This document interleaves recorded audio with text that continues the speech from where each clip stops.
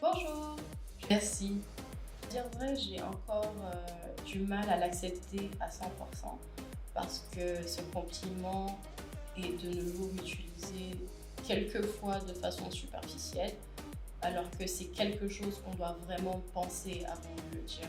C'est important. Et déjà, il faut le penser soi-même pour pouvoir l'accepter d'autrui. Et c'est un challenge tous les jours. Il faut se rendre compte à l'évidence qu'on est qui on est et qu'on est beau à notre façon, afin de pouvoir accepter ce que les autres disent de nous en termes de beauté. Je me sens belle. Oui. Ma première expérience liée à la beauté remonte au primaire, lorsque j'étais en 4e année. Je me souviens qu'il fallait élire la ministre de la classe pour représenter la dite classe au concours scolaire et qu'une partie de moi voulait être cette personne-là, mais la grande surprise, c'est que toutes les personnes de ma classe m'ont pointé du doigt pour représenter ma classe à ce concours. C'était réconfortant pour une petite fille de 9-10 ans. Mon inspiration de beauté en grandissant, c'est ma mère. Parce que je trouve que c'est la plus belle femme au monde et je ne le dis pas parce que c'est ma mère. Des fois, je me surprends à la regarder toujours d'ailleurs. Je l'observe lentement et je lui dis « Maman, t'es belle !» Les médias jouent un très grand rôle. Déjà à l'école, on nous apprend que c'est le 4e pouvoir, donc imaginez-vous quel est son impact sur toute personne d'ailleurs. Et déjà, quand tu es petit, tu es modelé d'une certaine façon en fonction de ton environnement, en fonction de ce que tu entends et de ce que tu écoutes. Et des magazines qui circulaient. Donc on avait ce stéréotype-là, il y avait une catégorie de personnes qui étaient considérées belles. Donc il fallait être fine, il fallait être blonde peut-être, il fallait... Bon, pour les noirs, on a souvent les cheveux bruns. Donc l'idéal était vraiment d'être fin, d'être, excusez-moi du terme, sexy, svelte, comme on le dit. Et voilà, puisque moi-même j'étais svelte, ça me réconfortait dans mon idée, alors que l'on se trompait fortement en pensant que des personnes beaucoup plus volumineuses ou beaucoup plus avec des formes étaient moins belles que nous autres qui étions fines et sveltes. Cette vision a énormément affecté ma vie parce que, comme je vous l'ai dit, j'ai toujours été très fine jusqu'à mes 17 ans. Et à mes 18 ans, j'ai commencé à prendre du poids. Donc c'est très personnel ce que je vous raconte là. Je suis passée de 58 kg à 74 kg. Donc en l'espace de 3-4 mois. C'est pour vous dire à quel point c'était vraiment très brutal. Et puisque je n'étais habituée à moi-même qu'à être svelte, j'avais du mal à me regarder, j'avais du mal à m'imaginer beaucoup plus volumineuse, on va dire. Et j'avais souvent des remarques de tous mes amis, de tout le monde sur les réseaux sociaux qui me disaient à chaque fois que je mettais une photo « Oh mon Dieu, tu as grossi !» Et c'était toujours la même, c'était toujours la première remarque qui venait, et ça pesait sur la conscience, ça pesait sur l'acceptation de soi, parce que moi déjà, ayant cette idéologie de cette beauté fine-là, n'arrivais pas à l'accepter. Et en plus de ça, il y avait tout ce brouhaha extérieur qui venait, si on veut, appuyer cette idée de base que j'avais déjà, qui étant dodue, on va dire, je n'étais plus belle. Je pense que c'est plus une question de vouloir à tout prix reprendre ma forme initiale au lieu d'accepter ma nouvelle forme, on va dire, et les nouvelles formes qui se sont développées au fil des ans. Donc le fait de m'acharner sur un retour à la normale, entre guillemets, fait de moi une participante, si on va dire, dans ces stéréotypes-là de standards de beauté. Pour moi, c'est simple. En fait, toute cette période-là que j'ai eu à traverser m'a amené à réaliser qu'en fait, tout ce qui importe, c'est comment on se sent.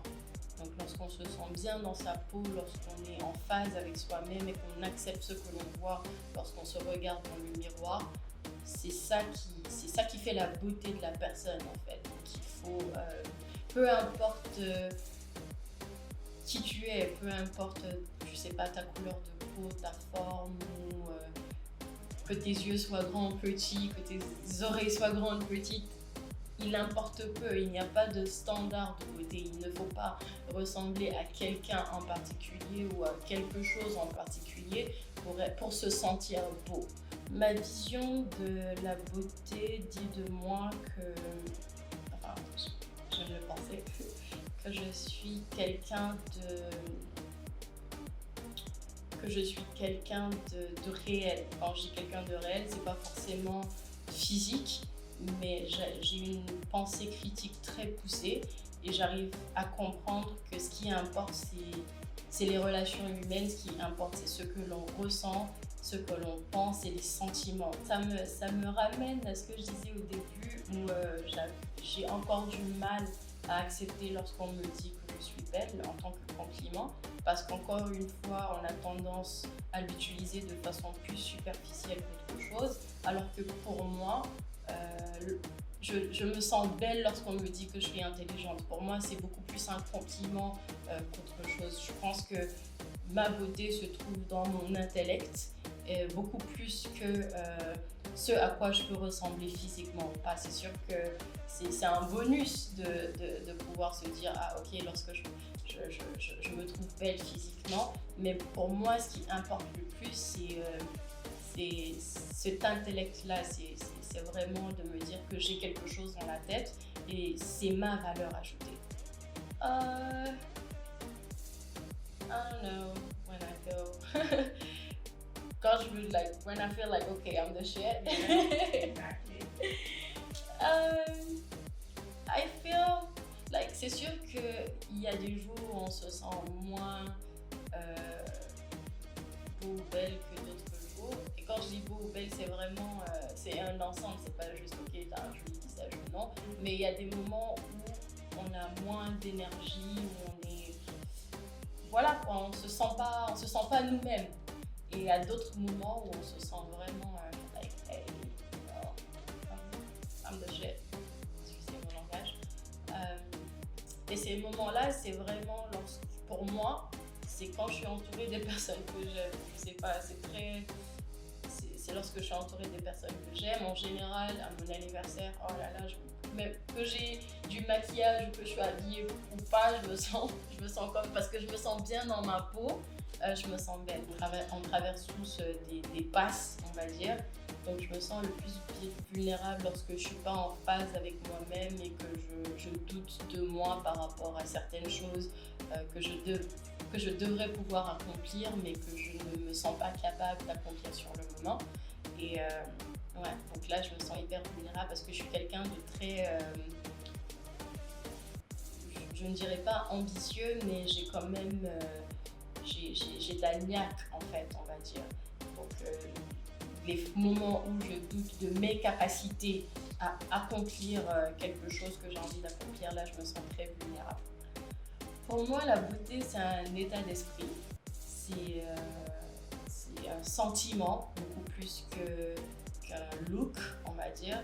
Pour moi, la beauté c'est ce qu'on en fait, c'est ce qu'on ressent.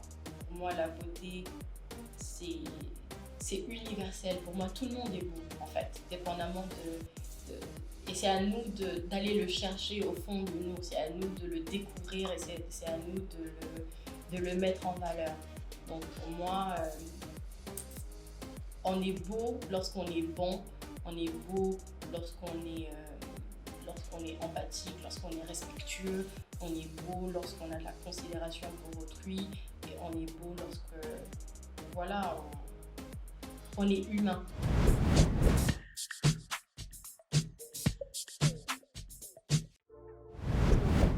Ce message s'adresse à Saran. Tu as probablement 16 ans et tu es à l'école, tu travailles bien, tu as de bons amis et la vie te sourit à pleines dents. Par contre, ne laisse pas la société déterminer qui tu es et ce que tu vas devenir. Ne laisse pas la société te convaincre que tu es encore une enfant et que tu dois te soumettre à la volonté de la société. Bats-toi pour ce que tu as envie de faire. Quoique étant jeune, va dans la direction que ton cœur sait.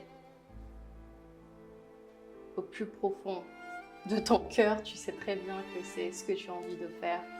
Donc suis cette voie-là et ne te laisse pas berner par une société qui essaye de te contenir dans une boîte et te dire qui tu dois être et ce que tu vas faire. Suis tes rêves.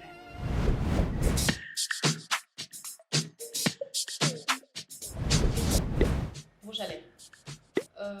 Je prendrais déo, crème pour le corps et un parfum naturel. J'ai pas secret particulier. Tu es intelligente. La partie préférée de mon corps. Ah, je peux pas dire ça. Faut que je choisisse. Mes lèvres. Parce que je sais pas, je les trouve cute. Mon parcours. Ma longue jambe. Prends-moi en photo, ma copine, s'il te plaît.